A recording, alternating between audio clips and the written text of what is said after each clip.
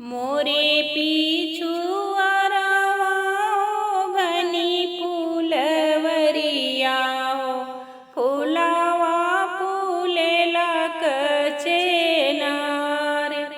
मोरे पीछू अरवाओ घनी फूलवरिया हो फुलावा फूलेला कचेनार।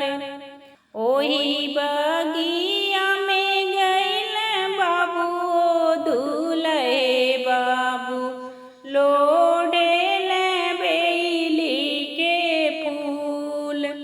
ओही बगिया में गइल बाबू दूल्हे बाबू लोडेल बेली के फूल। फूलवा ही लोडी लोडी दैल रूमलिया सूतल धनिया के साथ। फूलवा ही लोडी लोडी दैल रूमलिया सूतल धनिया के साथ। कहवा पवली प्रभु बेली के फूलवा हो फूलवा गम के सारी रात। कहवा ही बोली प्रभु बेली के फूलवा हो फूलवा गम के सारी रात। मोरे पीछू अरवाए के मालिनी छोकड़िया हो उहे हई नाने के मीत। मोरे पीछू अरवाए के मालिनी छोकड़िया हो उहे हई नाने के मीत। ओही पवली धाना बेली के फूलवा हो फूलवा गम के सारी रात। ओही पवली धाना बेली के फूलवा हो फूलवा गम के सारी रात।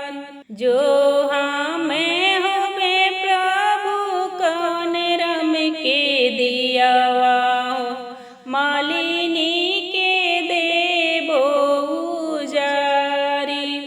जो हमें होवे प्रभु कौन रम के दियावा हो मालिनी के देबो उजारी।